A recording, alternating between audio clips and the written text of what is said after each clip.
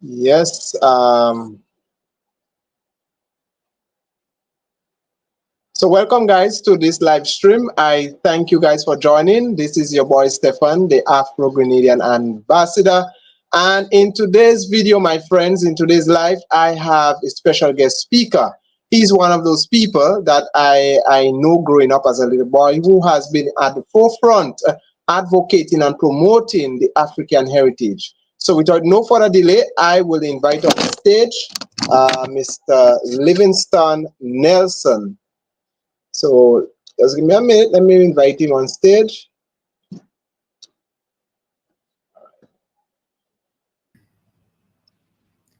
Are you hearing me properly, Mr. Nelson? I am hearing you, but are you hearing me? Yes, loud and clear. Am I bright enough, or you want me to shift the? Yeah, you can. Right. That's okay. Let me see. What background? I don't know. Is it better that way, or is it better that way? It's better that way. It's better that way. Yeah. Okay. So welcome to the live. Welcome to the live. I don't want to waste any time. Yes.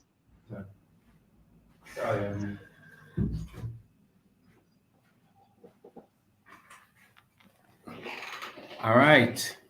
Yes. So welcome, sir, to the live. Thank you for accepting my invitation. I know sometimes you are quite busy, and I would not try to keep you long. But the first thing before I go into this afternoon's important questions, I would like for you to introduce yourself to my audience and tell us a little bit about your organization or organizations you may be a part of. Well, Livingston Krumah Nelson. I'm the founder and manager of the Tivoli Drummers. That's the first thing. Okay. I am also the CEO of the Grenada Cultural Foundation. So I guess I can be wearing two hats. I don't know which one you want to talk to me about, or both of them. So yeah, I just need to mute my phone. Yeah. So yes. So I am wearing both hats. Both of them involved with culture at the moment. So I don't know where you want to start. I am game. Okay, well, tell us a little bit about Tivoli Drummers. For those of us who may be watching may not be acquainted with with Tivoli Drummers, never heard about that Tivoli Drummers. What can you tell us?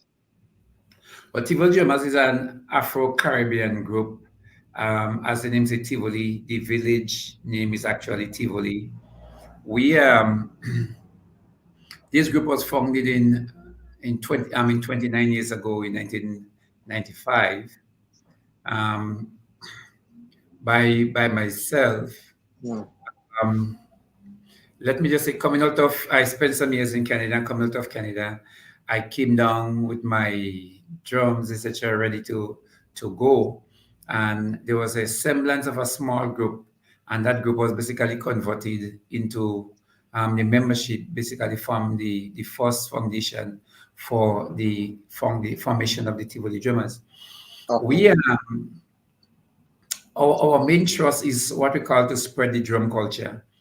So we've been replicating, understudying, and promoting aspect of the Grenadian culture to the world. So what we've been doing, firstly, we start learning some of the traditional drums in Grenada, and now I'm project doing what we call the traditional drums of Grenada. Drums that are basically unique to Grenada, drum rhythms that are unique to Grenada, where no one else is basically, you would find that nowhere else. So example, just for some that might know, the jab jab rhythm is a rhythm that is unique to Grenada. We have the Apache, we have, of course, we have the Piki, the Bele, the Bongo, those drum rhythms that is unique to Grenada. So we've been trying to preserve that and make sure it is a mainstay of us. But apart from, because we have a youthful population and a youthful membership, we also do creative pieces. So what we call creative, what we mainly refer to it as choreographed drumming. So we do creative drumming. We do our pieces, our dances, also etched from our creativity. So when you see a performance from the Tivoli Drummers, you is not something you're gonna see anywhere else because all our stuff is totally within, our culture, but again is coming from our own creativity. So the Tivoli Jamas have reached a level where we started the first what I call cottage industry in drum production in Grenada. So to date, we have produced in excess of 200 drums, Okay. selling to schools. And mind you, our first client was that the School for the Deaf. Oh, Our first, yeah. So we sold drums, we gave away drums in our way to encourage groups and people to play drums and to maintain the drum culture. So we did that.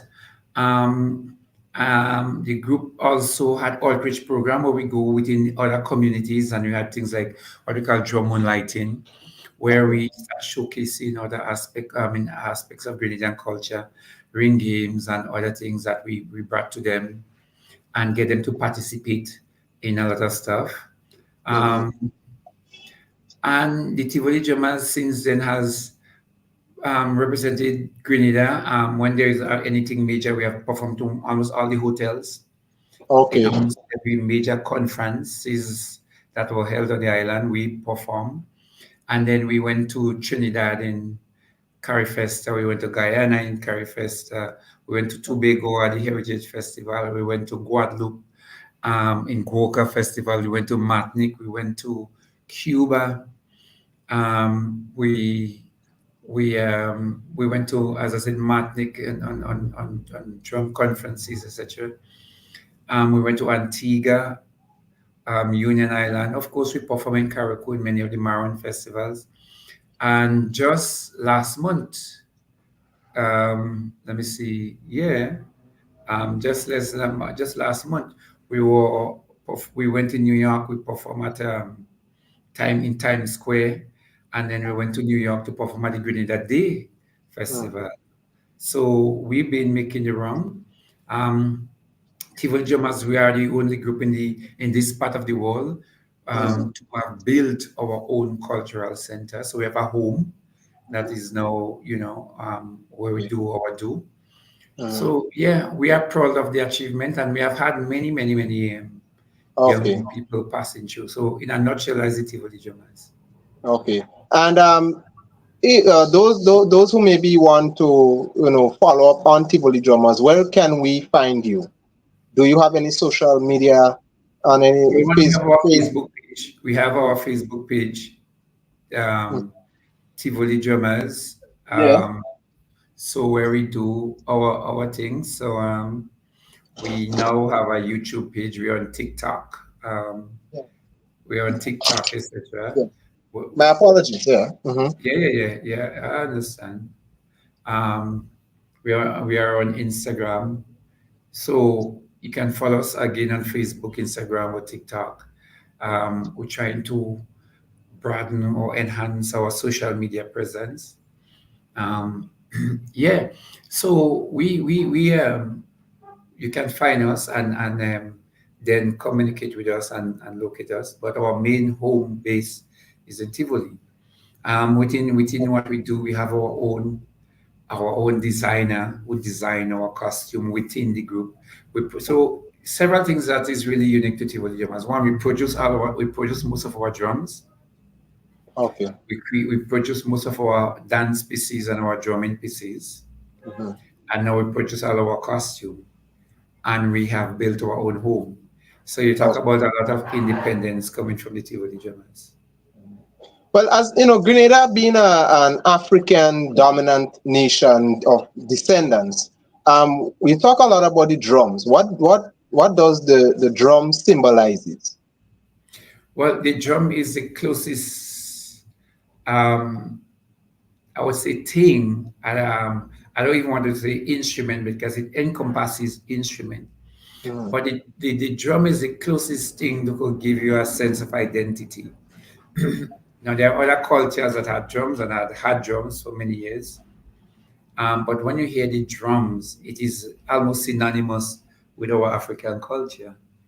Okay. So the drum, in a sense, signify not just freedom, but its identity.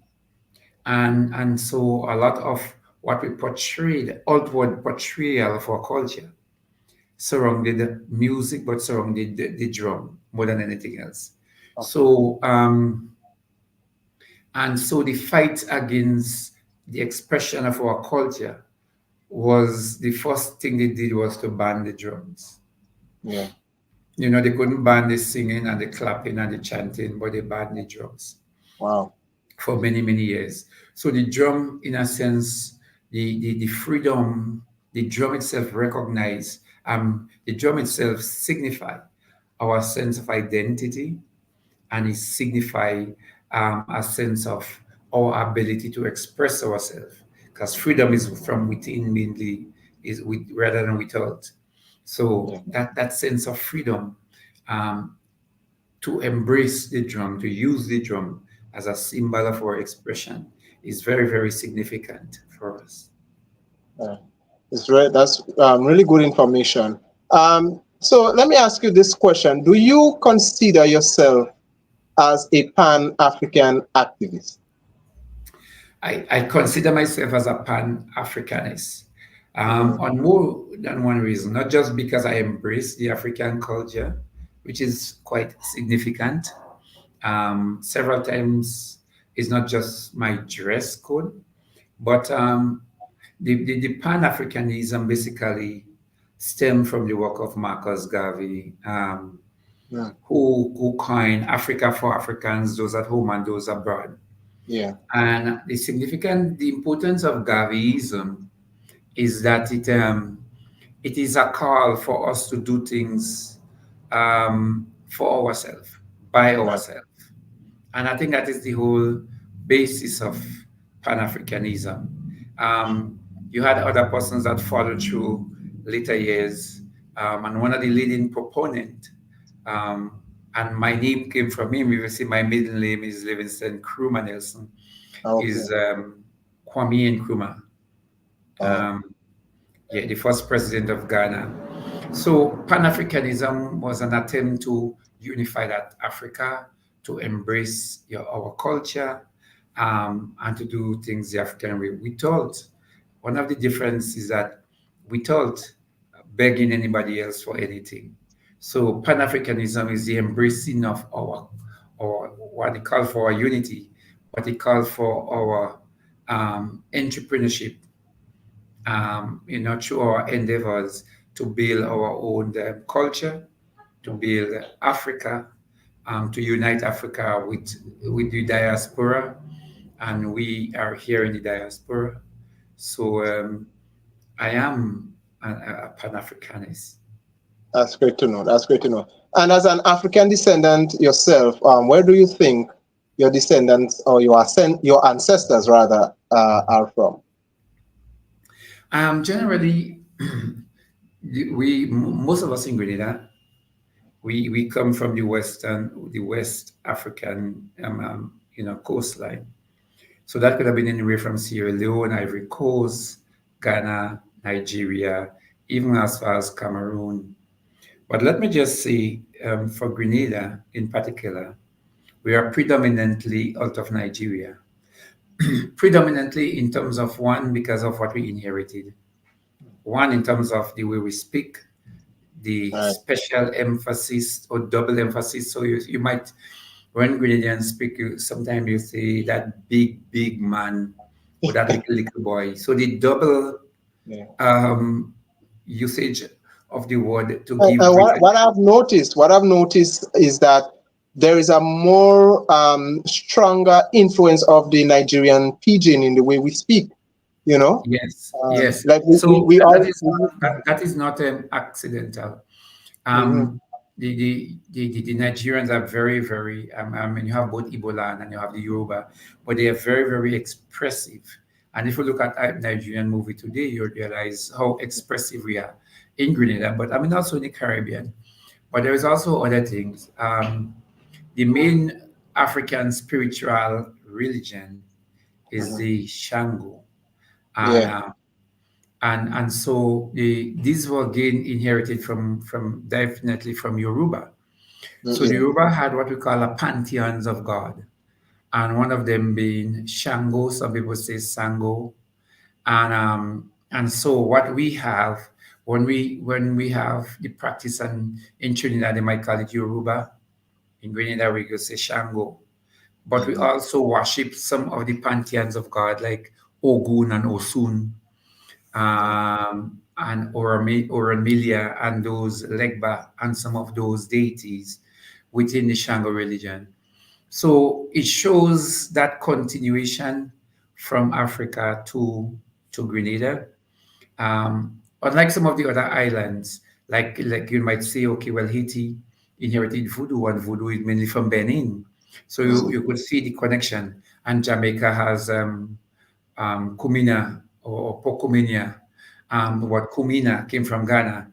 So you see there's a predominance of Yoruba influence in Grenada, while the Yeah. other islands had a mix, but we had a more predominant, um, from Nigeria.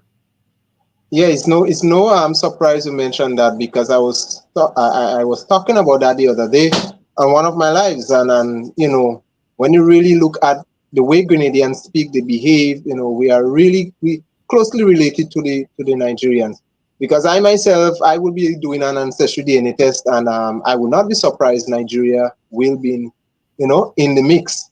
And so I'm really happy you mentioned that. And I would be going to one of those areas, villages in Dunfermline, interviewing one of those priests there, where the Yoruba tradition is very strong. So I'm very much happy and anticipating to hear more about the Shango and the Yoruba practices. Yeah. The other day I did a There film. are some people down in St. David's, and they have been having connection Mm, with some of the s- same Yoruba, but they call themselves Ife. So these people might be a good base if you want to know a lot more. Because I have a okay. suspicion of where you want to go in Dunfermline. Yeah. But yes, so the Ife people, they have. I've been to one of the sessions where they have Africans Okay. directly from the homeland coming through. So that might be, and I can give you a connection. Yes, well, definitely off camera, I would contact you about this. But Uh, as you're talking, is there you plan to do the DNA analysis yes, here I do. here in Grenada? No, no, I Okay, don't okay, know. all I right. don't know. Is there a place here you can do it? I wish because I would like to trace my roots too. Yes, I really wish, but I think I will have to order kit and and this stuff. So Right, yeah, right. I will be doing, but I'm very happy. Yes. So coming on to the other questions, Mr. Livingston, what are your thoughts about straight flights from the Caribbean to Africa, or vice versa? That would be a wonderful thing, and I believe there was a movement one time out of Barbados trying to have that linkage. Barbados being the hub. I Right. think Barbados being the hub from Barbados to Ghana might be shorter than Barbados probably to New York, or Barbados to England for sure. So having that hub and that connection is something I believe that is very important in linking us. In terms of the traffic, I hope it is, it's something we need to do.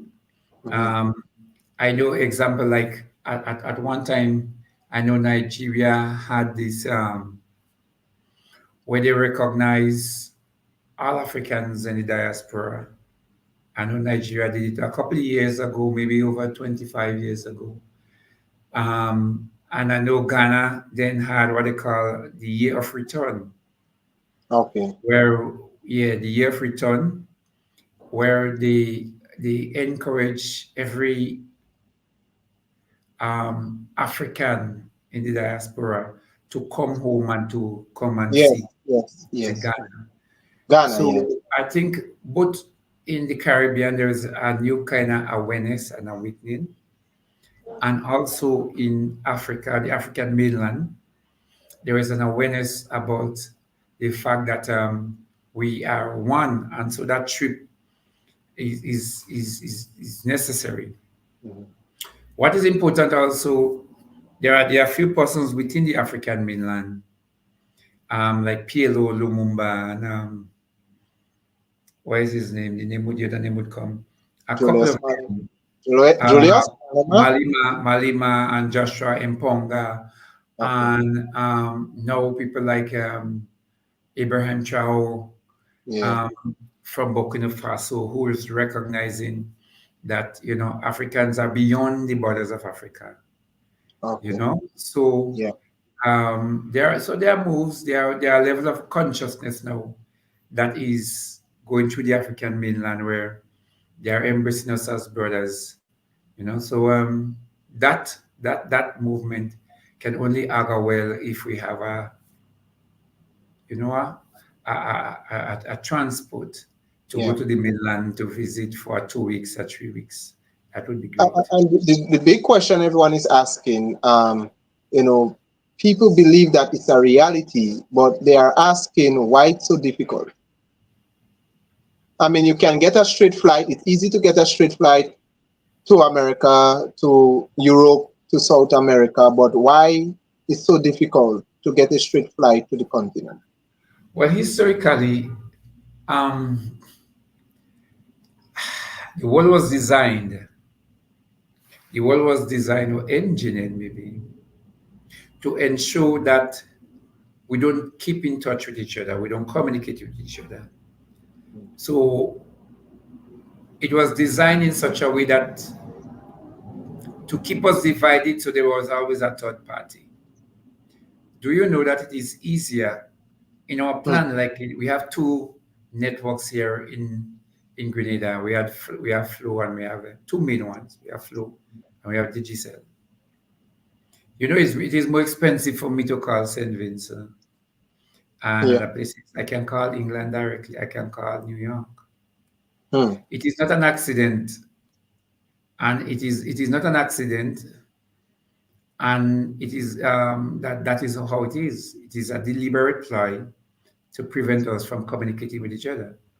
Hmm. And so the flights to go to Africa meant that we had to go to Miami or England or Spain before we can reach the African mainland. Hmm. Because so, but I am, as again, coming back to Pan-Africanism, Yeah. is up to us. It's not up to us to ask them. It is up to us to do. Hmm. So again, my whole concern, my whole belief is not to ask them. What was there was there, but it's not up to them. It is up to us to do it for ourselves. So it may not be the cheapest thing to do. It may not be the most profitable thing as of now. But if there is a will, then our respective government would ensure that it happens. Okay. That's wonderful. Um, what would be your message to Africans on the continent who do not value Africa? Who do not value. Africa. Africans, what would be your message to Africans? That include leaders, you know, on the continent of Africa, because we have Africans outside the continent as well, but on specifically on the continent of Africa who do not value Africa. But one other thing I'm seeing actually, and there are many, Bob Marley sang the song, "In the abundance of water, the foolish is Mm, thirsty."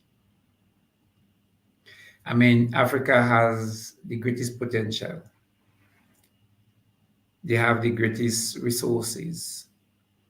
Potential, I mean, in terms of personnel, people, resources, I'm thinking about those things that are in the ground. mm, There is nothing that is preventing us from rising to the top of humanity or to human development. The only thing that is keeping us back is our cowardice. yeah, Our cowardice. The only thing that is keeping us back is our lack of love for self. mm, I may say something, and this is one of the things that has have us where we are. I may say something that even you may not agree with. You Mm, know, one of it being that the biggest handbug, the biggest obstacle, the greatest challenge to us as a united people is our adherence, basically to Christianity. yeah, You see, through yeah, Christianity, we were made to believe that we were inferior. Through true. Christianity, Yeah, we accept and we raise and we praise a God that has blue eyes and all yeah. the lies that were concocted through Christianity. We I believe agree. that. I agree. I agree. I So agree. this thing, hold on. So before we move, we're wondering if we angering the God that does not look like us. And And historically, scientifically, they tell you mhm. that the God, the Jesus Christ, or the God could never look like the God that we now have on our walls and we show in our children and we have it in our churches. Mm, You know, just me, and there's a church in my village, and I been in a church several times. And on the walls of the church, when you check, 23 false graven images of people that do not look like me, of idols mhm. in that church. And you're telling me that what that does to the children. So from the time you're a little child, you are bombarded to worship a God that does not look like you. You're Yeah. bombarded with texts and scriptures from the Bible that that does not look like you. I Somebody asked me recently, you know, if I am a Christian, and I said I don't like African Christianity and I don't like Caribbean Christianity because Caribbean Christianity accept a God that do not look like them. The European, what they did, they changed, they make it so that the God look like this. I want a God that look like me. That's first thing. Secondly, Europeans are Christian, but when they want people oil, they go out and thief anything they want to. They go and thief it. Anything they want, they capture it. They rape. They do whatsoever they want to do. But they are the ones. They were the ones that actually bring that level of Christianity to us in this modern time. They were not Yeah. the original. They were not the originators of Christianity, mind you. Yeah. But the modern form of Christianity, they are the one that brought it to us. Yeah. Yet they are the one that go in and plunder. They are the one that developing the machine. They are the one that planning for their country and their part of the world. They're having treaties that would last 70 years and 80 years. Yeah. Yet our people are focused on God coming in 5 days, in next Mm, week. mhm. So we don't Wow. plan ahead. We don't plan for anything. We don't do anything meaningful because God would come. And so we concentrate on short term. We concentrate on praying and repenting and we don't build.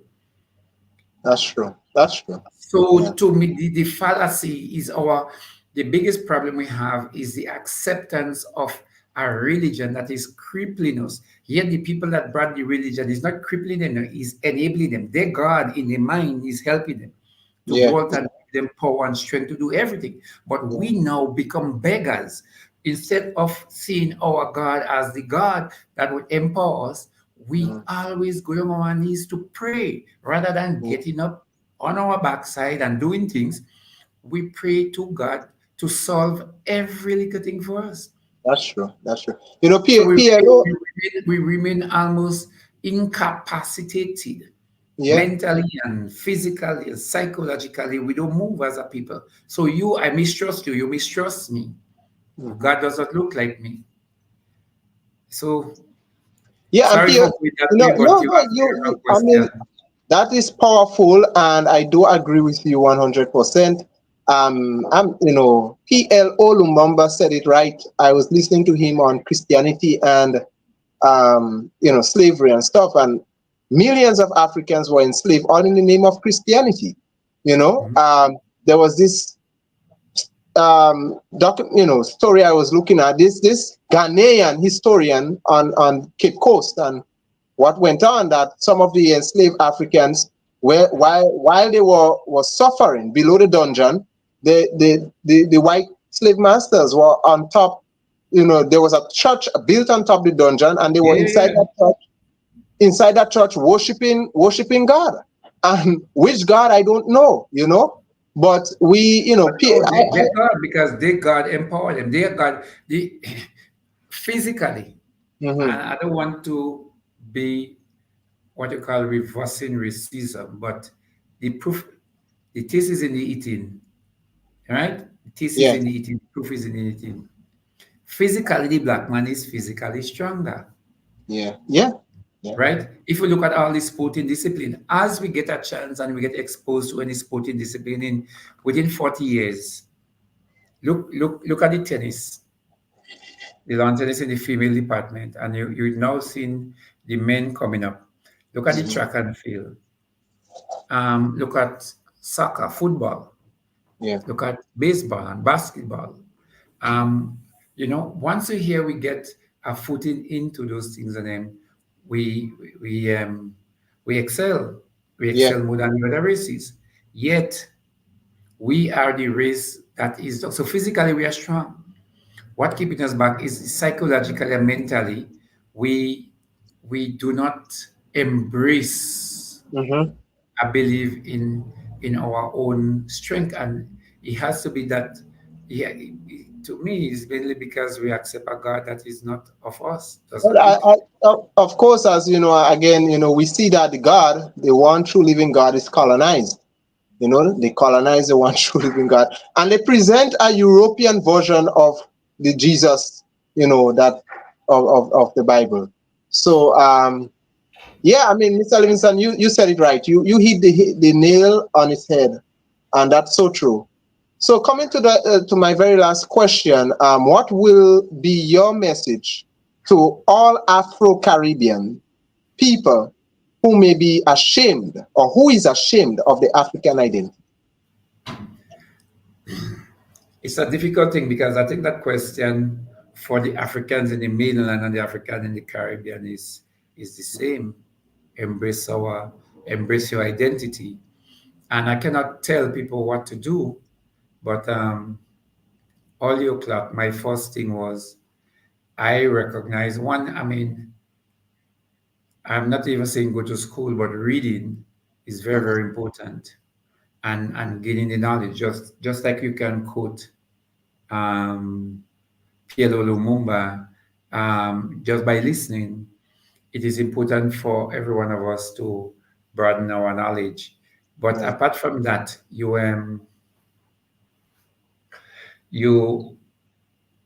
there are some small things that we need to do if we recognize who we are as a people. So the conscious must take the lead. So for me, I was born with Livingston. I have then, as far as I'm concerned, Africanized myself. I've added Krumah. mhm. My children name are African names. So we Yeah. have to start with that. We Okay. have to start with ensuring that if you are conscious that your churches don't have all those white images. You have to Yeah. start with maybe your house, inside your home, the calendars and what we used to call the almanacs and those things, and then don't have those white faces. You have to Mm. start with probably preventing your children from getting white dolls and all Mm. those things and them that make them feel that they are inferior. Yeah. It's very important to start with those images because the images speaks volume. That is, so we have to start about, we have to ensure on an individual level, that is what we can do. We Yeah. can protest that in our church, we don't need to have that. But in your home, you have to remove that so our children don't born growing up and see that that is God or Jesus. Yeah. And as I mentioned about the doll for our little girls and the names, we have to choose our names differently. Um, and then we have to make a mental and a conscious effort to support even the idiots among us that are doing business, even those that sometimes, I go in Grenville and I look and I go out and I look to buy or to shop from people that look more like me. mm, Yes, sometimes the prices are a little high, but if we do not circulate the monies that we have within our community, then it would be lost. yeah, So I make a conscious effort. Again, the next thing, I make a conscious effort to support businesses that support community right. ventures, not just those that, you know, in competition that might have a little bit of, goods cheaper. That, but they support community. They support football, they support cricket, they might support something. I make a deliberate effort to shop there by these people. So I think it has to be a conscious effort, one by one, for us to ensure that we support our own, and we continue reading and educating ourselves, and we continue having discussions with other people. Let them know, once we reach a level of consciousness, that they too could be more conscious. Yeah. That's so true. That's so true. Mr. Livingston Nelson, it's a pleasure, my friend, to have you here. I will leave the floor for last comments. Is there anything else you would like to add to what you have to say? I think you have given me a lot of opportunities to talk. Um, so I don't know what else I can say, but we have to always be aware. Maybe one final thing, Mhm. um, that we have to be the guardians of our own morale. We have to be the guardians of our own worth and society.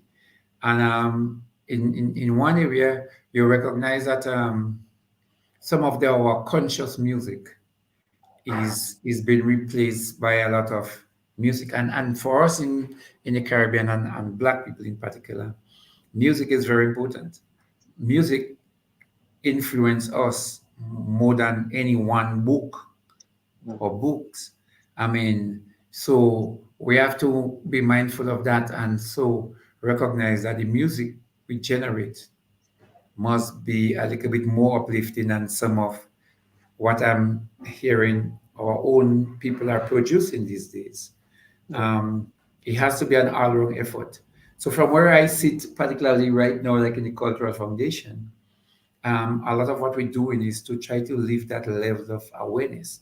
It is a Tell us very more about simple. that. I know you said you had two hats. You explain one. Can you tell us more about your current functional role in the ministry or in the government institution? Well, I am the CEO of the Grenadian Cultural Foundation. So we are such a parastatal body who is under the Ministry of Culture, but we are more responsible for the developmental aspect of our culture preservation. So we celebrate emancipation. We try always to add a little bit more every year. We celebrate our traditional mass and carnival. So we promote and we do things to make sure we do that.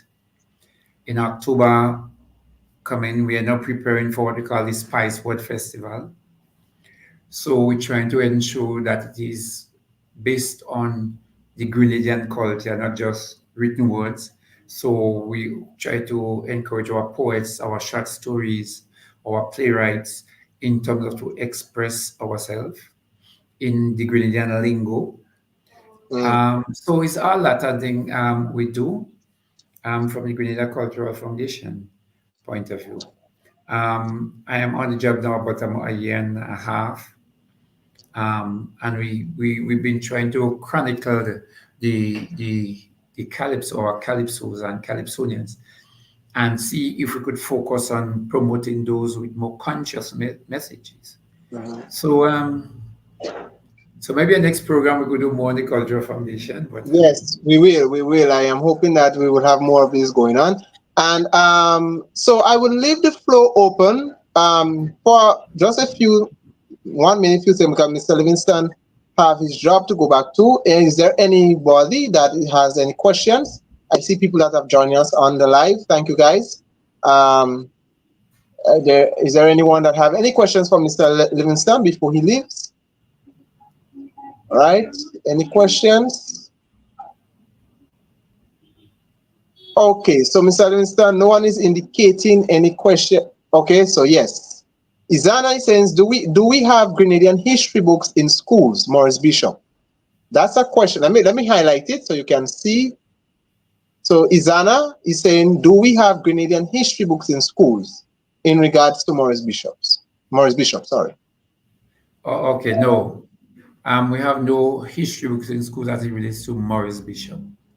Not as yet. I know there has been some books written and more books are being written. You know, but also it is important for you to bear in mind that our history go way back before Morris Bishop, and why he played a pivotal role in Grenada.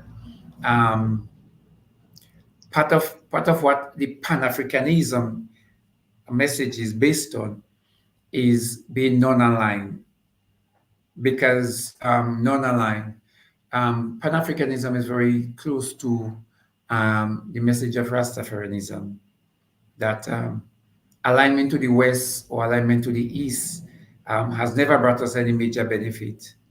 Yes, we could have strategic relationship, but we as a people must be for our people, because nobody else like us as much as we like ourselves, and nobody else like us that much in the first place. Yeah. So yeah, so we have to think about how we develop ourselves holistically, Yeah. rather than just into the pockets of a next grouping of people. Yeah. So yeah, but as of now, we don't have no history books as it relates to Morris Bishop. If I were to answer that. I have a question for you, Mr. Livingston. Okay, Pedro, welcome to the live. Okay, Pedro has a question. Let me highlight it. Pedro, who is joining us all the way from Barbados, he says, how do you balance wearing two hats who has different objectives, Pan-Africanism and Grenadianism? Ah, Do you understand? So I don't know if you want to tackle that, Mr. Nelson. yeah. They are what I'm looking for the right word. They are not exclusive. They are one and the same. To be a Grenadian is to express the fact that one, we are 97% Afro-Caribbean people. So the first thing I do as a Grenadian is to promote things of my culture, and I cannot help, as being a Caribbean man, as you, if you're from Barbados, I cannot help but we have inherited, example, some of the drums. As a Bajan, you probably have talk about the talk band music, etc. Although it in English influence, but you have been able to make it different in Barbados, and that is being totally patriotic or nationalistic as Azerbaijan. So the influence came from England. You have nothing you can. There is nothing you can do about that. So in Grenada, we have inherited things from other nations, like the Indian. They brought roti. I think I love roti. I would eat roti. Um, there are a few other things we have, like even our chutney. Some of our dress code, part of it was influenced by things from Germany, etc. So that is okay.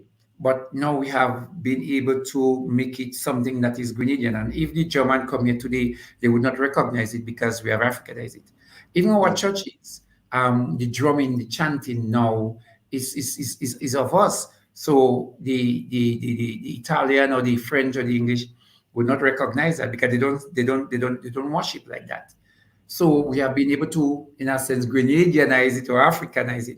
On the other hand, Pan-Africanism is about embracing our blackness. So the fact that I end up in, say, there are some things that like were influenced, but now I'm able to make it mine. It means that I have been able to Africanize that, and it's an ongoing process where being Grenadian and being African is not mutually exclusive. Is you can be the same, one and the same. Yeah. I Right. hope I answered your question, Pedro. Pedro. Yes. So Pedro, let us know if you are satisfied with the answer. So Mr. Livingston, I have a question for you. Quick. Do you think it's time? Time is long overdue that Grenada should start considering breaking off from the monarchy. Oh, Yeah, it is an embarrassment. Mm. It is an embarrassment that we live in. We live with these people, and then you look at them, and it's like these people supposed to be your queen. I mean, really, these people supposed to be your king. I mean, yeah, in this modern time, it is a kind of laughing matter. It's embarrassing Mm. for economic and other reasons. We are still there. Yeah, yeah. So for some reasons, we we um we embrace these people, and them, and if the question is, if you have to choose, right? Choose a father figure, and then King Charles as a figure. Yeah. You- in that kind of way, and I mean, he's our king. And the king does not look like us, and 98% of us does not look like the king, or maybe 99% of us does not. We don't look like the king. Mm. That is embarrassing. That is really really embarrassing. I mean, and it shows where we are psychologically, mentally, because we have been really coward as a people. We coward. We are scared. We are scared to go to the unknown. We're scared for one Yeah. reason or the other. We're scared. Mm. And so it is. Yeah, it's a laughing matter. Yeah. Yeah. And that is very much on point. Very much on point. I think. And let me even go forward. I mean, some people, I consider myself as a Caribbean man. Yeah, I consider Mm. myself as a Grenadian. Yeah. Um, I don't consider myself as a West Indian. Right. So yeah. So Pedro has a next question. Haiti was a republic since 1804 and still not independent, and still Yes. no independent. Yes. You can go ahead and comment on that. Yeah. Well, Pedro, um, when you understand what is taking place, or if you understand what is taking place, that shouldn't um, it shouldn't bother you. I mean, it shouldn't. The word is not bother. It shouldn't puzzle. It should bother you, but it shouldn't puzzle you or surprise you. Let me go back. Let me go back, Pedro. There was one time Colombia. There's about three countries that wanted to form a sort of cartel in order to sell coffee. America promised to bomb them out of this world if they were going to do that. Why? They were trying to secure their own economic and financial interests. Sankara, Thomas Sankara, was executed, right? From Burkina Faso. There was Mm. this guy, the name eludes me right now, from the Congo, Abissa. The name might come, Yeah. who wanted again the Congo to be an independent nation, and he uses the resources from Congo in order to try to develop the Congo. They were assassinated. Yeah. Yeah. France today has a colonial tax that they placed on Haiti. They placed that on Haiti for 150 years. Haiti had to be paying what they call that tax. And the tax was basically because Haiti got freedom in 1804, and they had that tax where close to half of their resources had to be paid back to France. Mm. 14 countries that got freedom from France were also a colonial tax, and it was called properly in Africa a colonial tax, was placed on them, whereby the reserve had to be lodged into the Bank of France. And any resources or material discovered within the country, a French company had to have the first say. Mm. Otherwise, they threatened war. When Haiti got independence and they placed that tax on them, continuous government, including Spain, including America, joined with France to have an unspoken embargo to ensure that the courage, the bravery, the example of Haiti does not seep over. So Haiti being poor, even now after the hurricane, the Americans, etc., they go into Haiti, and what they do? To rob the resources, to keep them. Remember Aristide? Aristide was this priest that became the president of Haiti. The Americans and them, they fuel a war, and then they exile him to South Africa. After the major devastation in the hurricane, when he tried to come back to help, the Americans refused him entry into Haiti. Hmm. Why? It's because there is a concerted effort to ensure that we as a people don't develop. So is Haiti poor and ignorant because the people are so poor and ignorant? Each and every president that they try to have that is independent is exiled or being shot. And what they do with the military, they prop up. America invaded, remember? America invaded, I think the year, don't quote me on that, it could be in 1915, 1917, Haiti, and raided the Haitian bank. And this is the bank that led to some of the major banks in America now. Take all the resources from Haiti. Hmm. Big and bold, they raided the Bank of Haiti. Remember at one time, Haiti had its first constitution where no white man could have owned any land, no foreign, no white man. They went in and they changed the whole constitution because they don't want Haiti to be that independent state. But if you also go into America, um, what is the name of the place? It was not in Texas, in Tucson. I'm trying to get it. It was called not the Black Exchange, but anyway, the name might come. But there was this place in America that had developed a whole economy on their own, and a whole economy on their own. It is the only island that what? That this person says, well, you could go ahead and say what you're Yeah, saying, yeah, yeah, yeah. but mhm.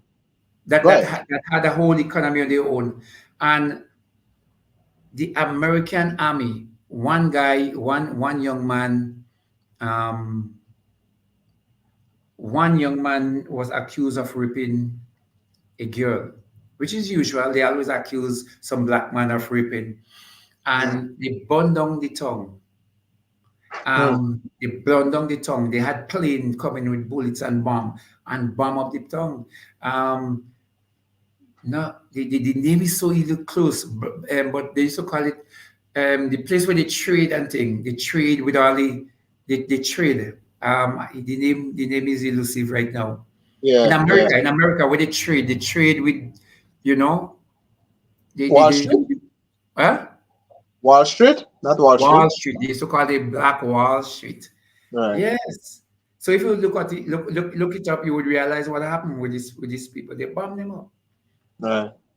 And he's asking, Haiti is one of the places that is on one mainland and two completely different people. Yes, this person Yeah, is yeah. Haiti properly was Saint Dominic, was the whole place was Haiti, was controlled by the Haitian people, and they divided the island, one owned by Spain and the rest by the Haitian people. And they had a clear line of demarcation. Even today, the Spaniards, I mean, the kind of treatment that they give the people from Haiti trying to make a living out of the Dominican Republic Right, is totally out of this world. So right. Spain basically eventually controlled that part of the island because when France came, America had joined the war, Spain, and part of the settlement that Spain ended up having Saint Dominic, or Hmm. Dominican Republic. So that is why it is the one speaks Spanish and the other one speaks French or Right. Creole. Yeah. And we have about 4 minutes remaining. Mr. Nelson, coming back to Haiti, news we are just receiving news that some Jamaica, along with some other CARICOM nations, have considered sending more troops to Haiti. I think some of them is already arriving. What are your thoughts about sending troops to Haiti? Is this something that is you for or you against? Or what are your thoughts about this whole Haiti The truth is, I situation? don't have enough information on that. If it is being done by CARICOM without we being the lapdog for the Americans or the Okay. French, then fair enough. Um, Again, but I know in terms of a country's history and development that sometimes they go through the rut and it look really doom and doom and gloom. So you have these drug men and them and those gang guys and them controlling large part of Haiti. If Okay. we have our own people, and the idea is that we're gonna protect these brothers and sisters and let them go through the process of having a certain election and through the democratic process, I'm for that. If we are Mm. sent because the Americans order us and which they do a lot of times to go and secure their interests, Yeah. then that is a problem. Yeah. So I don't know if CARICOM took the decision because we know we need to lift up our brothers and sisters from Haiti. If that is so, then that is commendable. Yes. Yes. All right. So, guys, we have 2 more minutes. Any one of you have questions for Mr. Nelson? You can do so now. Any more questions? Any more questions? You can do so now. Indicate in the comment section below. Yes. So again, Mr. Nelson, I really want to thank you, and I will definitely. I'm looking forward that you to coming back on the live and informing us more and more on more stuff, more matters, more issues that some of us may not have that depth of knowledge about. But one of the main thing about this channel is to connect the Caribbean and Africa as one. I believe it the leaders cannot do it on their own, like leaders like Mia Motley, and other CARICOM leaders who are at the forefront advocating for straight flights to the Caribbean and the Caribbean and Africa becoming as one. My last question is, what role Grenada is playing in having Africa and the Caribbean becoming as one? What role are we playing here in Grenada? I don't know the policy of the government as it relates to that, but I believe that our Prime Minister has been very supportive. Mhm. He has expressed that very supportive, and maybe that is the role, very very supportive of those initiatives. And he personally, I know, has make entreaties to African leaders so that we can, have that kind of communication. Because I believe for our ultimate development, it's just like Marcus Garvey that wanted to link the Black Star Line to Africa. That is the way to go for development. We don't need to talk to anybody, or we don't need the apology. We don't need the sympathy. We need to get up on our own and do things for ourselves. That is the Yes. way, because the people that have you oppressed cannot release you, cannot free you. You Huh. have to sometime fight on your own and free Yeah. yourself. So I think the Prime Minister of Grenada has made those he support the initiative, and he has expressed that publicly, and he too on his own has gone to Africa to see what he can do for us. That's right. That's right. Because we had the signing with Ghana, and I know the Prime Minister is doing his play. I have And of course, seen. for our independence, we brought Kofu. Yes, we. Yes, I Caribbean did. yeah. I So did that a, again is a very strong message. Yeah, I did a video on that, and man, the response from the people of Ghana itself, they were so shocked to see the similarities of Ghana and Grenada, and how our culture, some of our culture reflects their culture. So it's Right. they were very shocked to see that. I would ask you one last tough question, and that's it. Is barbecue a gang leader, or is he a freedom fighter? In your opinion? I try to get his message, and it Mhm. depends, because what makes the difference between a gang leader and a freedom fighter is the message. And I try to get his message, and I have not been able to get what he believes in, what is his philosophy. Okay. If his philosophy is to free the people um, from the reigns of colonialism, then he's a freedom fighter. Okay. If he's to hold on and, like that, just like that, then he's a gang leader, Okay. and so a terrorist. I use the word terrorist, but the biggest set of terrorists are those first world countries. They are the biggest terrorists in the world. They are the one that starve you and do all kind of wrong thing to extract money, and would shoot you down and assassinate you or poison you because you're trying to develop your own country. You have no other terrorists. This America, England, and France are the biggest terrorist nation in the world. Hmm.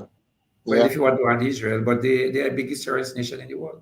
Yeah, So because I mean, it is a terrorist act when you impose a system on another country. You know, it's like, okay, yeah, well, here in violently, yeah. violently, exactly, because I mean, in Grenada, I mean, looking back to our past, socialism was one of the things that was working for us, and then they imposed democracy on us, you know. And to me, in my personal opinion, you don't have to comment, but my personal opinion, I think that's one of the reasons why we have not, since after Maurice Bishop, we have not been able to reach that full potential that we can reach as a small nation, is because, you know, what was working for us was taken away and something else was imposed on us.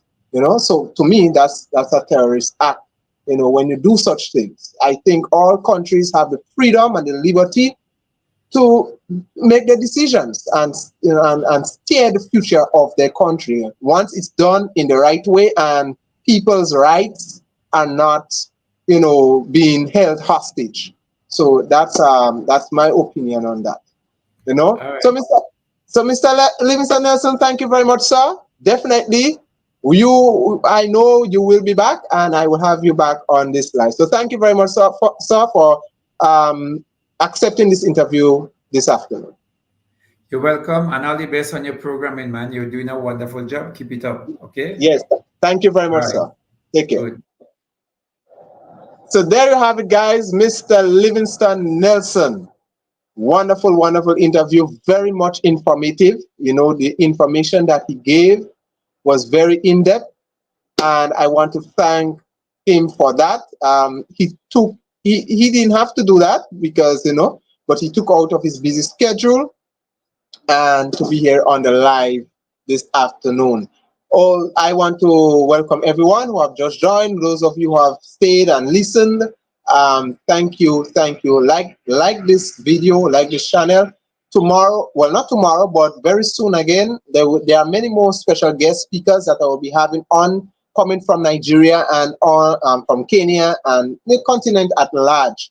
So that's just the beginning of what is to come. So, my dear friends, thank you for joining me. See you in the next live.